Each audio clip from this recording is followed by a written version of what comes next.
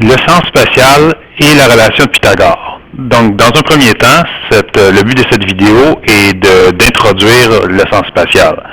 Donc, vous avez déjà vu en science certains concepts du sens spatial. D'autres encore peuvent avoir été vus en art plastique. En mathématiques, ce qu'on va faire, c'est qu'on va regrouper tout ça en un ensemble cohérent. Donc, d'abord, j'ai choisi l'image que vous avez devant les yeux, qui est manifestement un chemin de fer, pour bien illustrer la différence entre la réalité et ce que notre œil perçoit.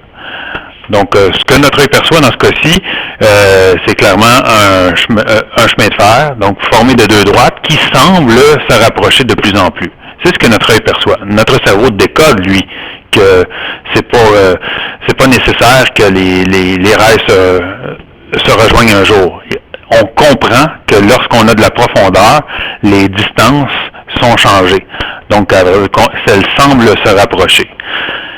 C'est ce donc la différence entre la représentation en deux dimensions, perçue par notre œil, et la réalité en trois dimensions, c'est ce qu'on appelle la perspective. On peut représenter en deux dimensions des objets qui sont en trois dimensions, et le cerveau va décoder la profondeur. Pour ce faire, on doit respecter les règles de la perspective. On va en parler un petit peu. La perspective, un rappel et certaines nouveautés. Donc d'abord, on parle de ce qu'on appelle les projections. Donc une projection est un mode de représentation qui permet de représenter en deux dimensions des objets qui sont en réalité en trois dimensions. Il existe plusieurs types de projections et le but de cette vidéo sera de voir les projections parallèles. Je vous les présente tout de même. Donc les projections parallèles, les projections centrales dans une deuxième vidéo et les projections orthogonales dans une troisième vidéo.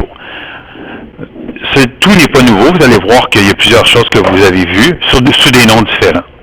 Voyons d'abord les deux perspectives qu'on voit dans les projections parallèles. On va commencer par la perspective cavalière. Perspective cavalière, donc, ce que vous appeliez en science, vous pouviez avoir vu sous le nom de oblique. Donc, cette projection, le but, c'est de placer une face de l'objet au premier plan. Et les lignes fuyantes, donc ce qui nous donne une illusion de profondeur, sont parallèles entre elles. Donc, on parle ici d'une face. Donc, dans l'exemple que j'ai là, on a un cube et on a placé une face que je suis en train de colorier en rouge sur le plan de la feuille. Et on a placé des parallèles. Donc, on a fait fuir à environ 45 degrés, à 45 degrés dans ce cas-ci, mais c'est pas nécessaire que ce soit exactement 45 degrés. On a placé des lignes qui nous donnent une illusion de profondeur. L'important de le comprendre là-dedans, c'est que si l'objet a un parallélisme sur la profondeur, la perspective cavalière préserve ce parallélisme-là. Donc, vous voyez la droite que je viens de construire, si je la déplace, on est capable de voir les fuyantes que l'angle de 45 degrés que j'ai là est conservé. Ça, c'est un aspect important qu'on retrouve là. Autre chose, cette perspective-là, elle n'est pas naturelle. C'est une construction mathématique. En réalité, il n'est pas possible pour l'œil, il n'est pas possible qu'on perçoive l'objet en préservant le parallélisme. Notre point de vue de l'œil va toujours faire une petite déformation. On va voir ça dans le cadre de la deuxième vidéo. Mais c'est une façon simple d'être capable de représenter un objet en trois dimensions. Donc, les fuyantes, toutes parallèles l'une par rapport aux autres, c'est important, c'est ça ce qu'on appelle la cavalière. Autre chose, quand même pour donner à l'œil l'impression de profondeur et de ne pas trop déformer l'objet, on va devoir réduire la profondeur. Donc ce que je parle de réduire, c'est que c'est un cube de 4 unités de côté. Par contre, si je m'en vais au niveau de la profondeur, il est clair que ça n'a pas 4 unités. On voit qu'on a travaillé sur les diagonales, puis on a 2 diagonales de 1 unité. Donc, un peu plus que la moitié. Justement, il y a les principes de dessin sont regroupés ici, et il y a 2 vidéos qui seront placées dans le cours qui vont montrer comment tracer 2 figures en 3 dimensions à l'aide de la perspective cavalière. Donc, le principe de dessin, c'est de choisir une face frontale qui va être dessinée à l'échelle Et toutes les autres qui sont parallèles à cette face sont tous à l'échelle. Par exemple, dans la figure que j'ai à côté, on voit que les faces grisées, celle-ci et celle-ci, sont parallèles l'une par rapport à l'autre. Elles sont dans le plan de la feuille et elles sont à l'échelle. Les dimensions qui sont placées sur les fuyantes, est-ce que là, je suis à 45 ou à peu près? Vous voyez, c'est pas une règle absolue. C'est ce qu'on appelle les fuyantes. Ben, elles sont toutes placées. Vraiment, on préserve l'angle qu'on a placé initialement.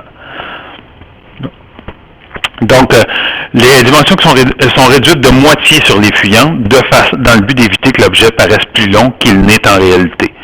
Donc, ceci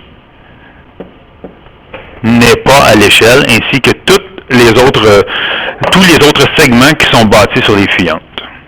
Voilà pour la perspective cavalière, pour aller voir les deux vidéos que j'ai placées dans le cours, pour voir d'autres principes de dessin. On va passer à la deuxième perspective parallèle, la perspective axonométrique, que vous avez vue en science sous le nom de isométrique.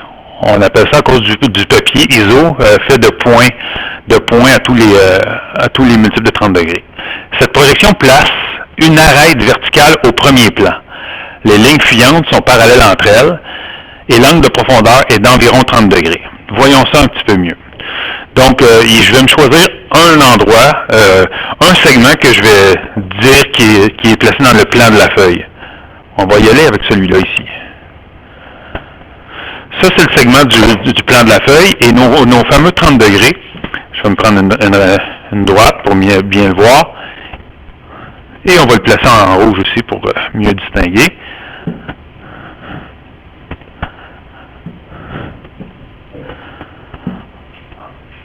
Voilà.